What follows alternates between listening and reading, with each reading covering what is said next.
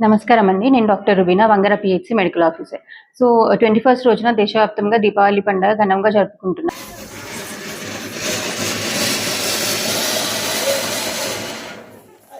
So, Deepavali పండగ అంటే sweets, crackers, నోములు, వ్రతాలు, పూజలు ఇవే కాకుండా మనకి దీపావళి ఈవినింగ్ గానీ, లేకపోతే నెక్స్ట్ డే మార్నింగ్ కాలిన గాయాలతో వస్తుంటారు. అది చూస్తే చాలా బాధ అనిపిస్తుంటది. సో, పండగ సందర్భంగా మనం చిన్న చిన్న జాగ్రత్తలు తీసుకుంటే గనక మనం మేజర్ యాక్సిడెంట్స్ నుంచి తప్పించుకోవచ్చు. సో, దీపావళిలో ఎక్కువగా ఇవాళ రేపు క్రాకర్స్ ఎక్కువ కాలుస్తున్నారు. సో, చిన్న పిల్లలు ఎస్పెషల్‌గా పెద్దవాళ్ళ పర్యవేక్షణలోనే వాళ్ళ సూపర్విజన్‌లోనే కాల్చాలి. అండ్ చిన్న పిల్లలకి క్రాకర్స్ అట్లాంటివి ఇచ్చినప్పుడు సో, కొంచెం హ్యాండ్స్ ఎక్స్‌టెండ్ చేసి పెట్టుకోమని చెప్పాలి.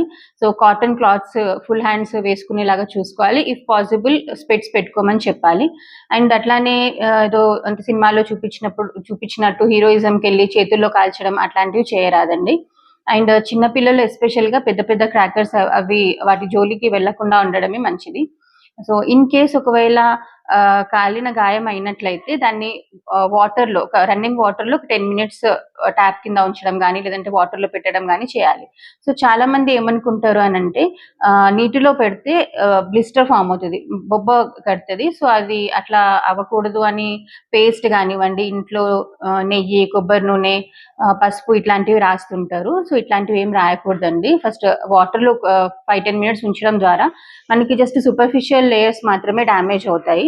సో, అట్లానే ఉంచేసి దాని మీద పేస్ట్ అట్లాంటివి పెట్టినప్పుడు ఏమవుతదంటే, ఆ వేడి అనేది లోపల వరకి ఎళ్లి లైక్ అన్ని లేయర్స్ కూడా డ్యామేజ్ అయ్యే ప్రమాదం ఉంటుంది కాబట్టి వాటర్‌లో ఉంచేసి సో, మనకి బయట మెడికల్ షాప్‌లో బర్నాల్ గాని, సిల్వర్ ఎక్స్ ఆయింట్‌మెంట్ అని దొరుకుతుంది. అది అప్లై చేయాలి. సో, ఒకవేళ బ్లిస్టర్ ఫార్మ్ అయితే దాన్ని పిన్నిస్తోని పొడవడం, లేదంటే గోరుతో గిచ్చడం అట్లాంటివి చేస్తూ ఉంటారు. అట్లా చేయొద్దు. సో, ప్రమాదం జరిగినప్పుడు కాలిన గాయం కంటే దానివల్ల అది ఇన్ఫెక్ట్ అయితే గనుక దాని వల్లనే కాంప్లికేషన్స్ ఎక్కువగా ఉంటాయి. ఒకవేళ బర్న్స్ ఎక్కువ ఉన్నాయి అనంటే గనుక డాక్టర్‌ని కన్సల్ట్ అయ్యి యాంటీబయాటిక్స్ కూడా వాడాల్సి ఉంటుంది.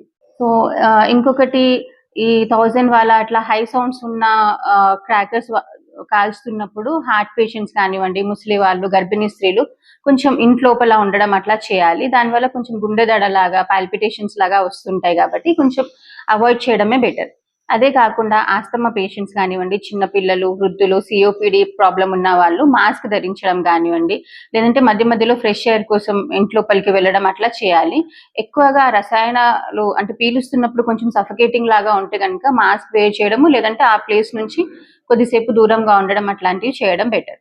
అండ్ క్రాకర్స్ కాల్చేటప్పుడు అన్నీ ఒకటే దగ్గర టేబుల్ మీద అట్లా బయట పెడుతుంటారు. అట్లా కాకుండా కొన్ని కొన్ని బయటికి తీసుకురావాలి. మిగిలినవి ఇంట్లోపలే ఉంచాలి. ఇన్ కేస్ ఏదన్నా ఫైర్ స్పార్కులు గానీ అట్లా ఏదైనా పడినప్పుడు మేజర్ యాక్సిడెంట్ అవ్వకుండా మనం తప్పించుకోవచ్చన్నట్టు. అండ్ అట్లానే దీపావళి అంటేనే స్వీట్స్ పండుగ. సో, డయాబెటిక్ ఉన్న వాళ్ళు స్వీట్స్ తినకూడదని చెప్పట్లేదు. పండగ కాబట్టి తినాల్సొస్తది. కానీ తినే ముందు ఏం చేయాలి అనంటే కొంచెం అంటే వెజిటబుల్స్ కానీ, సలాడ్స్ కానివ్వండి, ఫ్రూట్స్ అవి తీసుకున్న తర్వాత స్వీట్ తీసుకుంటే మనకి షుగర్ స్పైక్స్ అనేటివి ఉండకుండా హై అవ్వకుండా ఉంటుంది. సో, కొంచెం అబ్జార్ప్షన్ కూడా తక్కువగా ఉంటుంది కాబట్టి క్యాలరీస్ కౌంట్ చేసుకొని తినండి. అంటే స్వీట్స్ తింటే కొంచెం రైస్ తగ్గించేయడం, కర్రీస్, సలాడ్స్ అనేటివి ఎక్కువ తీసుకోవడం అట్లా చేయాలి. అండ్ టాబ్లెట్స్ ఖచ్చితంగా వేసుకోవాలి. అట్లానే ఆస్తమా పేషెంట్స్ కూడా మాస్క్ వేసుకోవడం అండ్ వాళ్ళ ఇన్హేలర్స్ ఏవైతే ఉంటాయో అవి దగ్గరగా ఉంచుకోవడం అని చేయాలి. సో, ఇట్లాంటి చిన్న చిన్న జాగ్రత్తలు పాటిస్తూ అంటే ఎట్లాంటి ప్రమాదాలకు గురవ్వకుండా మంచిగా దివాళీ సెలబ్రేట్ చేసుకోవాలని మనస్ఫూర్తిగా కోరుకుంటూ అందరికీ హ్యాపీ దివాళీ, సేఫ్ దివాళీ.